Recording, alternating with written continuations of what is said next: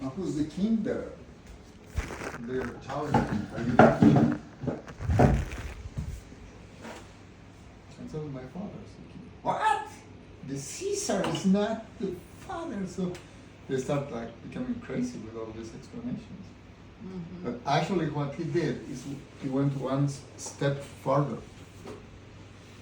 That was his trip to India, made him so powerful.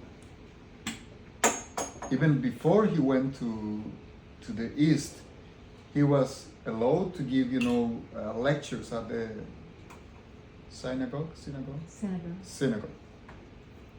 But then when he came back, they didn't allow him. He said, no, this guy is not telling the same thing, so don't allow him to do so. But actually he was saying, no, it's the same thing. I'm just reviving this old knowledge. So reviving what? We've read everything, from A to Z, and we haven't heard these things. But even sometimes, like the Sermon of the Mountain, you can find almost tit for tat in Sanskrit. That you learn by heart when you go to school, like the Sri Sopanishad. You learn like Om Purnamada Purnamidam Purnat Purnamudachyate Purnasya Purnamadaya Purnameva Vasishyate. That's it's lost in time. And everybody learns that by heart in the monastery, in the ashram. And he was saying that. And people were saying, well, I haven't seen the Torah and the Kabbalah. What's this? Mm-hmm. And then, so he was so different. Mm-hmm. And they even started like demeaning people coming from those lands, like the pagans. Because pagan literally means the one that lives in the countryside. Even in Spanish you say pago. Pago is land. And pagano is the one that lives in the land. But because those lands are a desert, you cannot live, there's no garden. You have to stick with others in a place where there's water. And that's why they build cities. Mm-hmm. The Jewish come to United States, everybody, New York's like, let's get all together, because that's the way they live. They have to live together because the resources required to live you need an oasis to live. Mm-hmm. You cannot just live scattered. But in the Far East or in India, people live like everywhere. So they are the pagans, literally. So they start talking ill about the pagans because they knew he was with the pagans. So they didn't want others to replicate that experience. Well, that came, he was so changed when he came back that, better nobody goes there. It's no good. Don't mix with them, you'll become evil. So like that, they were like creating an evil image of what's the real truth. The real truth that he experienced himself. With the help, of course, of the spiritual master, because that's the importance of the spiritual master, because the teachers he had back then in the Jewish lands, went, as far as, whatever they could. But then he found a different bridge, a different world, a different thing that was beyond what he knew. And he was giving life to that and bringing that. So that's why, even if one has to be thankful and grateful to whatever teaching one gets, from, whomever is one's spiritual master, then one should know that if that person is not a perfect being, you have to still go further. Only a perfected person that actually is in touch with God can give you the final idea. Everyone else that is acquainted with this can give you a reference. For example, if I have never been to Alaska, but I've seen pictures and things, I can talk about Alaska. But you know, our friend was there. She can tell. She was there. So there's a difference between realization and, you know, guessing or studying things. So this self-realized person, that's important message of the Bhagavad Gita. It says, don't stop until you find a self-realized person. Of course, it's nice, you can learn things, you can learn stuff. But then you need to meet somebody that lives there. That's actually the experience Jesus had, is that he had experiences himself in heaven. And he was telling, yes, I was at the right of the Father. What? How's that? So he was transported. You can actually go to the spiritual world even when you're in this lifetime. Like this experience you have, how you call this, in the visiting, no? When you're out of the body. Mm-hmm. But usually when you're out of the body, you can only move within the material world. But if you are very advanced, you can actually go to the spiritual world. That, of course, it's not easy to go. But people like Jesus, you know, goes to the spiritual world. I can tell things, and they go there. And that's called samadhi. Samadhi is actually when somebody is actually in the kingdom of God. You can see the body here, you know, it's like, hello, it's not there. It's far beyond. So of course, through astral experiences, you can understand we're spirit, soul, we're not this body. Mm-hmm. That's so good. It's the main and first understanding one needs. But then what's the life of the soul? What does the soul do? Where all the liberated souls go? What's the behavior of the soul when it's liberated from this body? How they relate to each other? How they relate to God? So all these things have to be then gradually understood. Because it's only then that you'll have the final impetus to give up this world. Because now you understand your destination. Before you just understand, okay, I want to be released from this jail. Because I'm in jail now. This is my jail, is my body, material body. But then if you're attached, you'll come back to this world anyway. Take birth again and again and again and again. Because we have attachments. But if your attachment is beyond this world, you will leave this world. So you need to be attached to a world that's not this world. That's the kingdom of God, the spiritual world. So your attraction has to be so strong that you don't come back. Otherwise you do come back. Even to be a good man, a good whatever, good girl. But you come back because you're attached. But if your attachment is beyond this world, you won't come back. And you cannot be attached to the unknown. The unknown is just a force to open some window. Curiosity may be there, but cannot draw you. The only force that can draw you is love. It's the only force strong enough as to have you, giving up anything. Even in this world, of course, in this world, what we experience as love is, a very tiny little particle of the real love. But still, people can give up everything. Caesar can give up the Rome, the biggest man in the world. Forget that, where's Cleopatra? Let me go there. You can forget everything in 1 minute if you fall in love. In this world. But what to say if your love goes beyond this world and you're actually connected to a perfect person?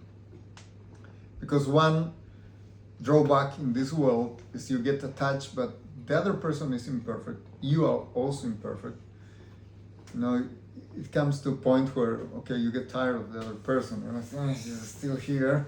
So what's next? And then, even if the other person is nice enough, is good, is whatever, we're defective.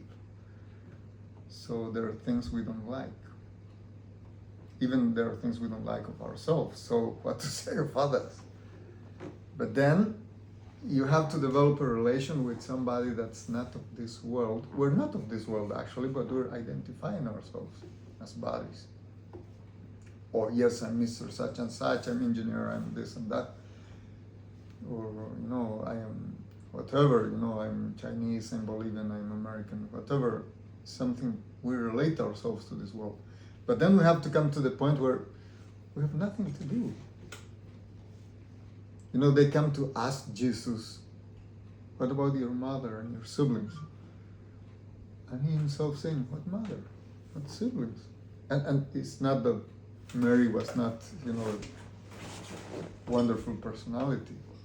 But even himself saw himself beyond this world.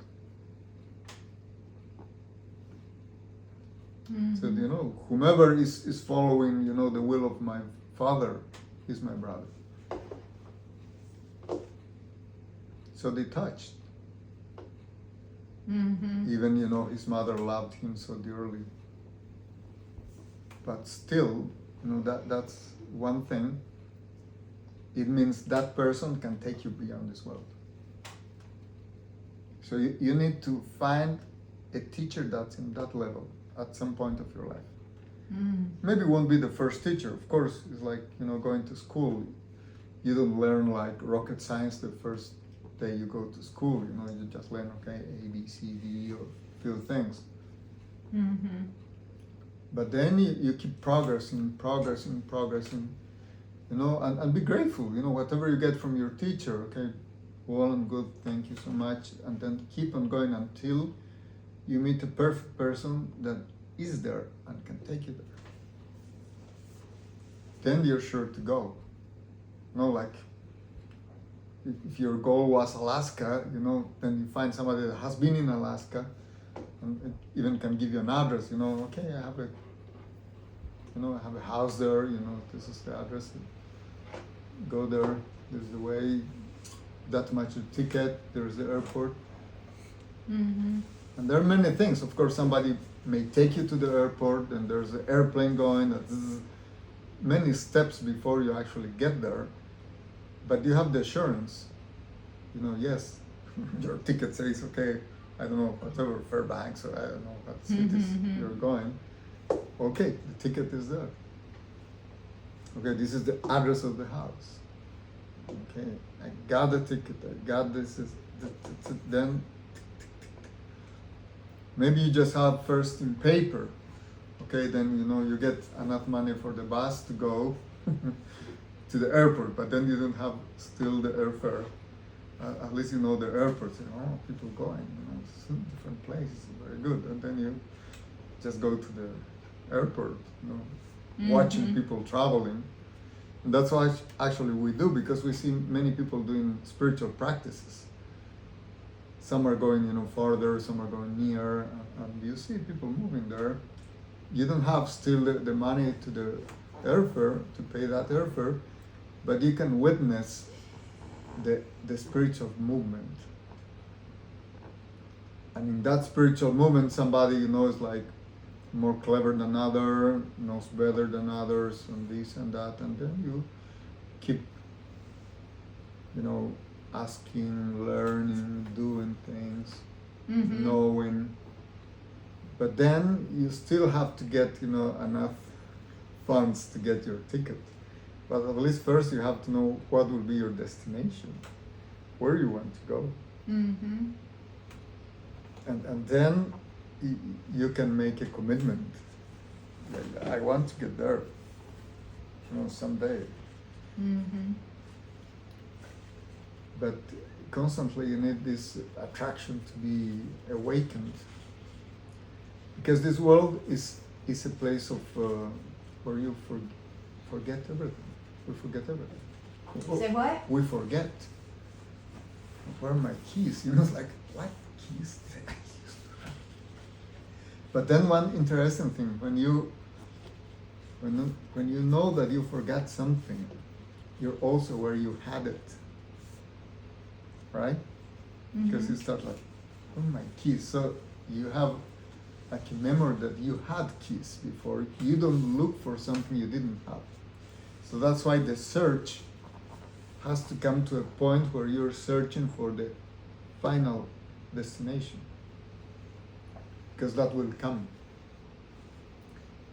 Because there was something that, so the deeper you go in your consciousness, the deepest place is going to be the perfect place. And the perfect relation, the perfect everything is there. So the deeper you will get there, but you go by stages, you know, sometimes, oh yeah, this is a deja vu, or this, or that, and something more is coming. Like that, so this is one thing. So even whatever we do, you know, even Prabhupada said, you know, okay, if you know something that goes beyond what I'm telling, let me know, you know, let me know, I'll be the first one there. Of course, he was like a topmost guy, but still the thing, the attitude to go, you know, whatever is the supreme, because the supreme is on top of everything. So you can maybe get to this point or to that point and continue. Final destination. And that's the task of this is the examination of this life. For example, in the tradition of the Christian or the Catholic, they say the final judgment, right? Mm-hmm. But the final judgment is not that, you know, you have to wait, okay, oh, my neighbor didn't pass away yet, so when we all pass away, maybe we'll be waiting at the cemetery, and sometime somebody will whistle, you know, now is the time for the judgment. All guys, get out of your tombs.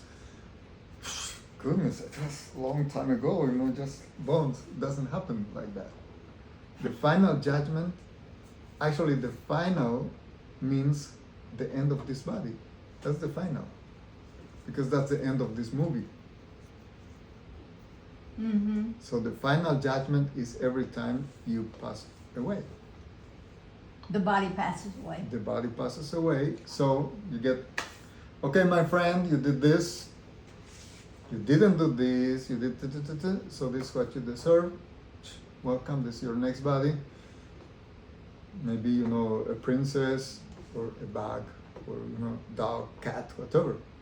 Okay, that's it. Next, please. Okay, this is your life. Poor guy. Sorry, you know, hog.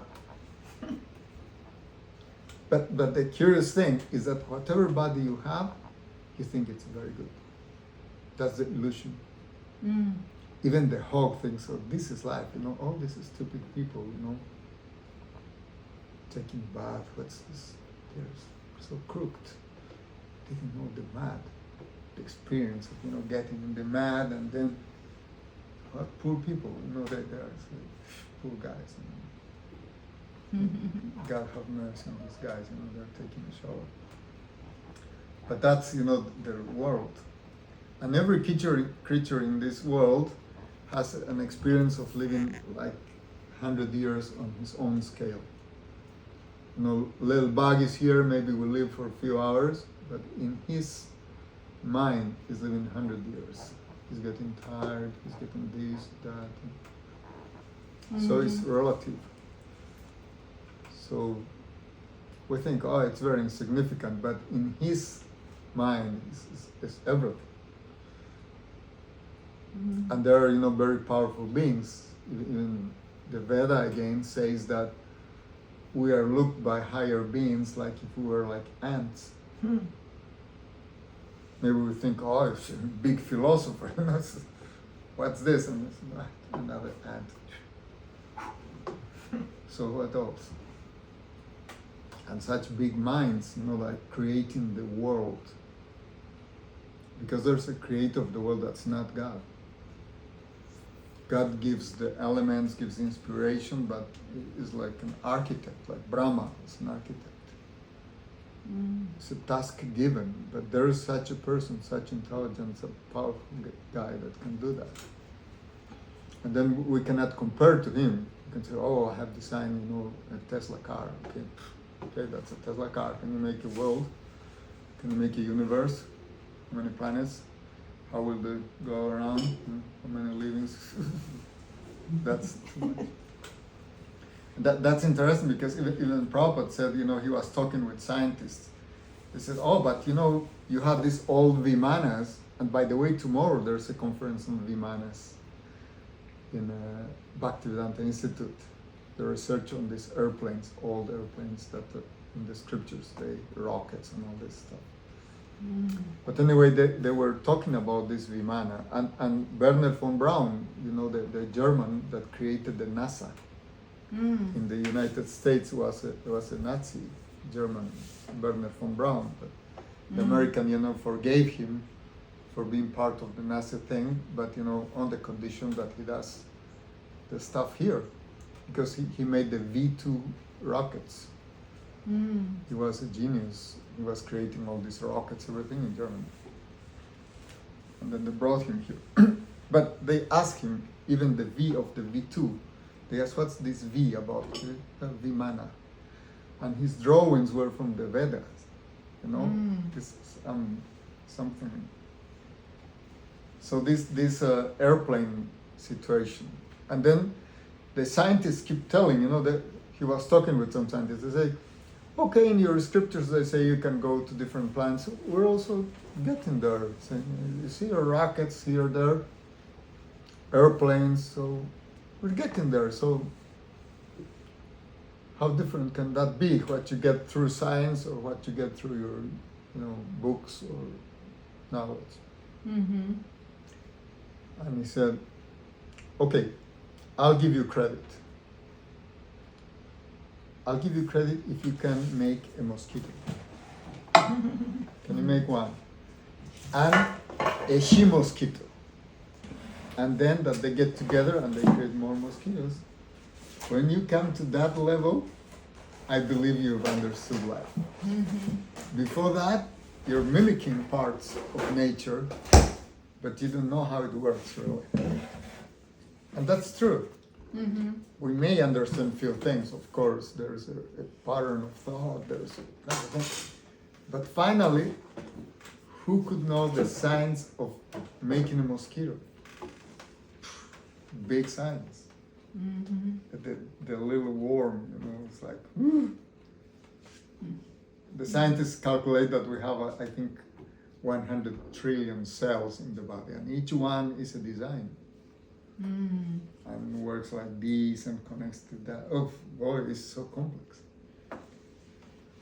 Yeah. But then there's a perfect being that does all that. But it's not, even the perfect part of God is not the most interesting thing. It's the loving part. But of course we go again through steps. First your interest, who was the genius that made all these things, Then you get some respect for, the creator. But then you don't have a relation. You're admiring the creator, but you're not related to him. It's like, okay, very good, and then offer some prayers, thanks God, Well, we got it.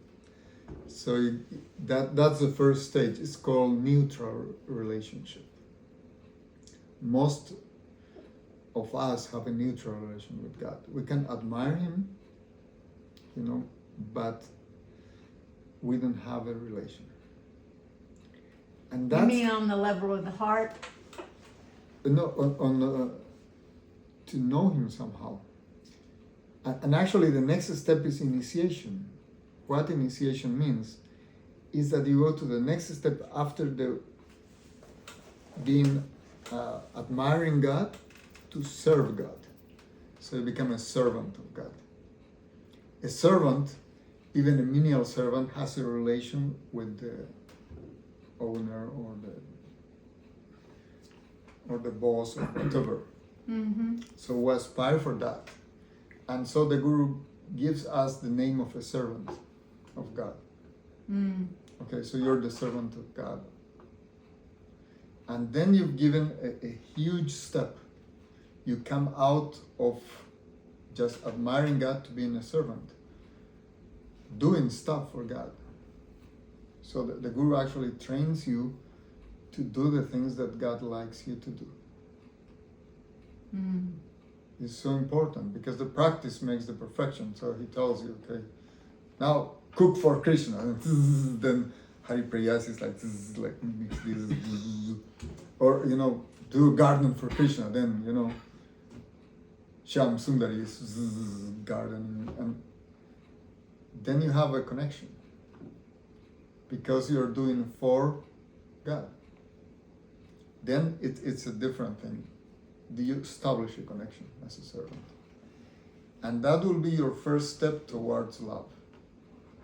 But before you cannot, because you don't have a connection.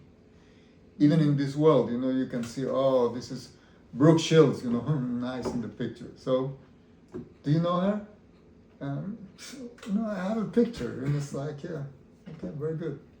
Or I don't know, whomever, Arnold Schwarzenegger or whatever. I have a picture. Oh, good, nice.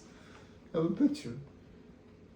Mm-hmm. But it's different. It's, oh, yes, I'm the chauffeur. What? Yes, I drive the car for Schwarzenegger. Really? You're the servant? Or somebody else says, oh, I'm cleaning the house of, I don't know, whomever. It's got a relation already. So this is the first huge step, that's initiation. That's what happened to Jesus. So the thing that transformed himself is that in India got initiated. And the Guru gives him a different name. Guru, change your name. Because you have to change your history. You're not the same person anymore. Now you have new rules, new principles, new way of life. So you need a new name.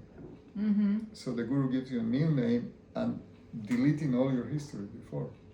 Mm. Now you're not Jewish, you're not Zoroastrian, you're nothing like that. You're a servant of God. You're not just admiring from this culture, that culture, this town. No. Now you're a servant. Hired. Hired. Your salary. In this world, can I say something? In Sure. this world, the word servant kind of has a negative connotation.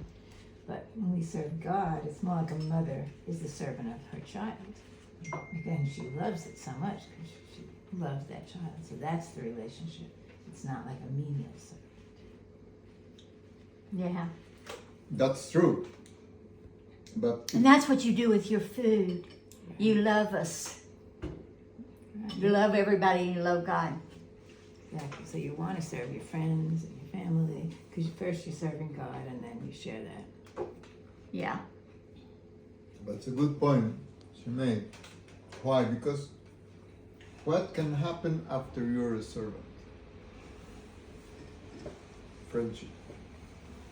Mm.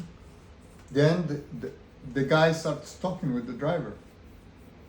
Hi, how's your life?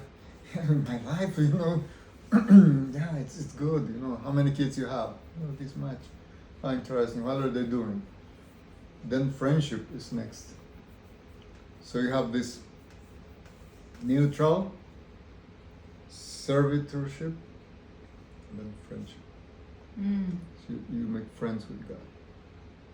Mm-hmm. Like Arjun in the Bhagavad Gita, Krishna is talking and saying, I'm telling these things because you're my friend. What?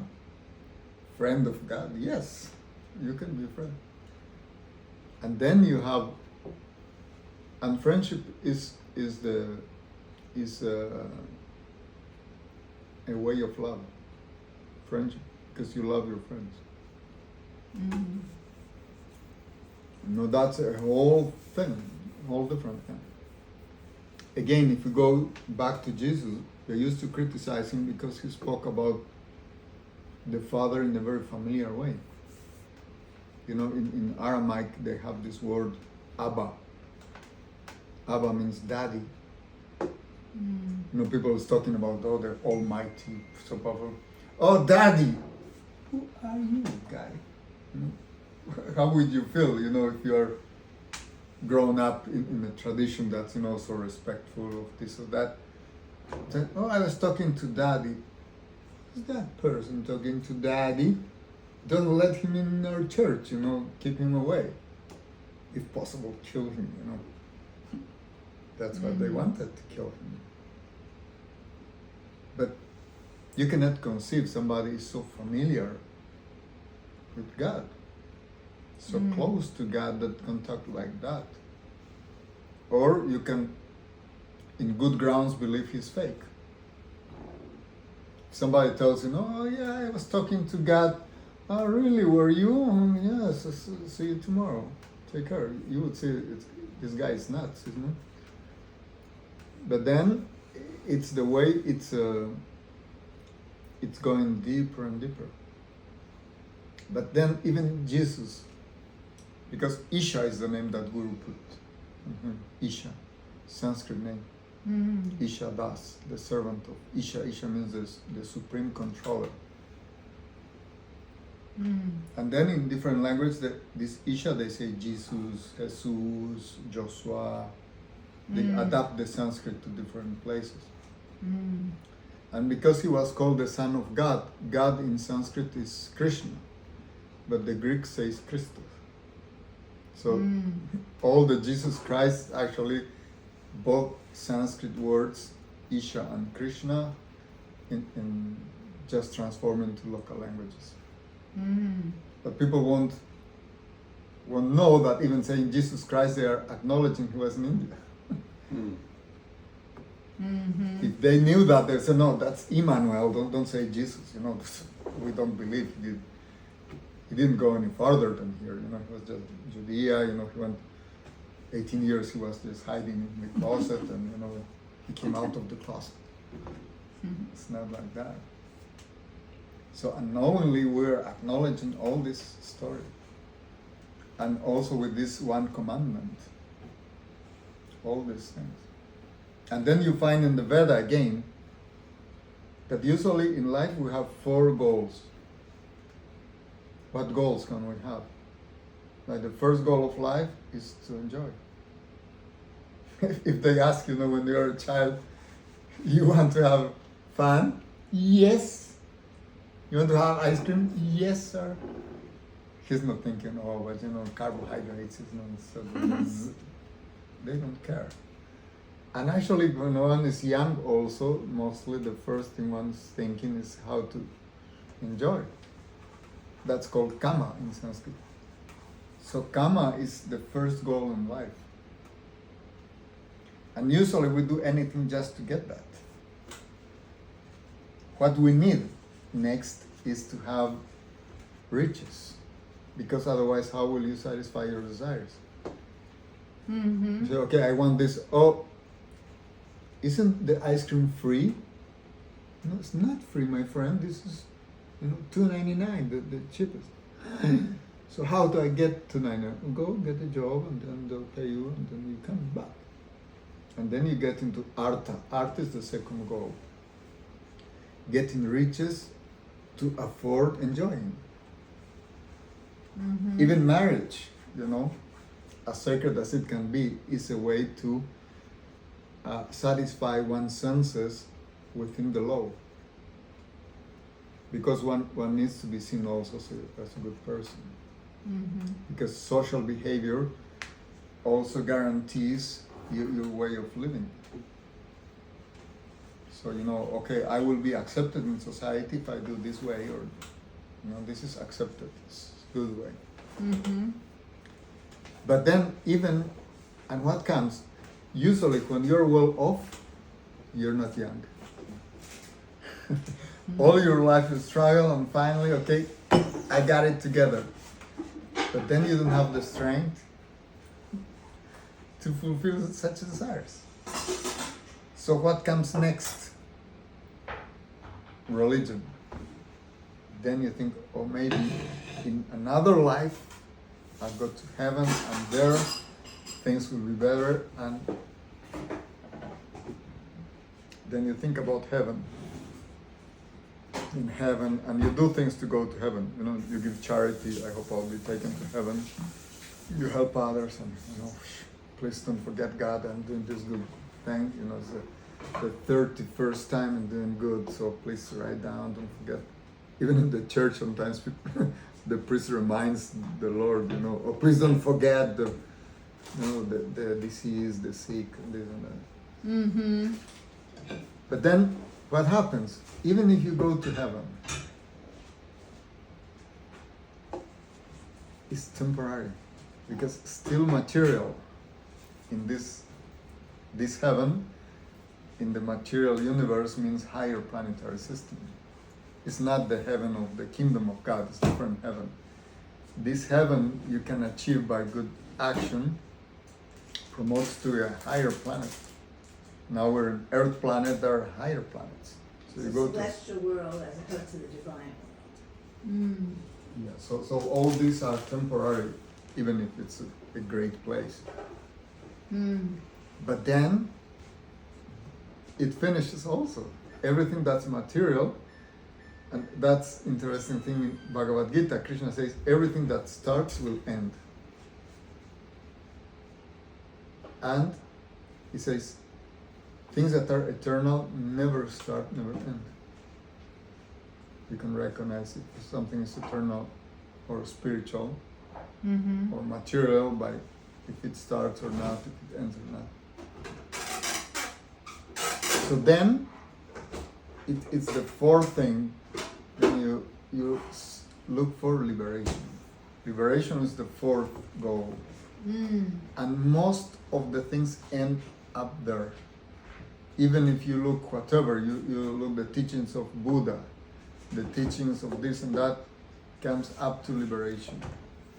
You want to get free from suffering because everybody still gives you suffering. Liberation. Mm-hmm. But then there's a very subtle fifth goal, and that's love of Godhead. That's the deepest thing. It's a goal that's not mostly written, because people doesn't aspire that far. People just think like desire and love, they think the same thing. But it's so different. But mostly it's, especially when one's young, you know, it's like the same thing. You desire something, you want something, you love something, it's like using different words for the same urge that comes to you. Mm. But then, the fifth goal, love of God. And then, again, Jesus comes with that thing. That's not even mostly written. It's a very esoteric, highly esoteric thing. Can you actually love God? Okay, it was good enough that you have a relation, you have prayers, okay, you're making a friend, okay. But can you actually love God? Yes. But for that, you have to be very well acquainted. How is he, how he likes, what he likes. You establish a relationship. That's the love that will actually, liberation will be just a byproduct. Will come as additional in a combo, you say, right? Okay, if you have love of God, you'll get also liberation. You'll get also the fruits of this, you'll get the fruits of that, and everything else will come. Mm. Because you have the highest possible thing. Even in this world, you know, when you're in love, you think you can do anything. Mm. So, we'll figure out. Oh, but we didn't have money. No worries, no, we'll make it through. So then, if you have love for Godhead, then you know you don't have to worry anymore for mundane things. Of course, you have to do your duty anyway. While we're in this world, we have to do our duty. We cannot avoid it. And even if possible, we should help others. But still, that's not the final thing. The final thing is we have to develop love of Godhead. Mm. That will give us everything. Will give us liberation, will give us the fruit of spirituality or religion, will give us the fruit of our work, hard work, will satisfy our desires, everything will come. And without that, we've got nothing. Everything else will be just temporary. Of course, liberation is not temporary. But even if you're in jail and you have the possibility to be released from jail, but if you don't have somebody that loves you, that's not in jail, it won't be that nice. What will I do outside? There's actually people that doesn't want to go out. Sometimes people again commit a crime to get inside because outside the free life is not something tasty for them. If they don't have somebody to be with or whatever. So in that way also, unless we come to this connection that starts with becoming servitors of Godhead, it's not possible for us to progress. We can go to a certain extent, we can get knowledge, we can get good habits, good behavior, learning things, doing good. All this is very good, but it's not the end. So this is the kind of the secret thing you get through spiritual masters. Because they can drive you through. There's a world of teachings. It's like this. Of course, many sages. There's wisdom here, wisdom there. But then it's a world. How to go, where to start, what's the next step. All this is a very personal training. Like the GPS. Turn right in 100 feet. Okay, 100 feet, slow down. Get ready to turn. Yeah. I understand the big picture, what you're saying.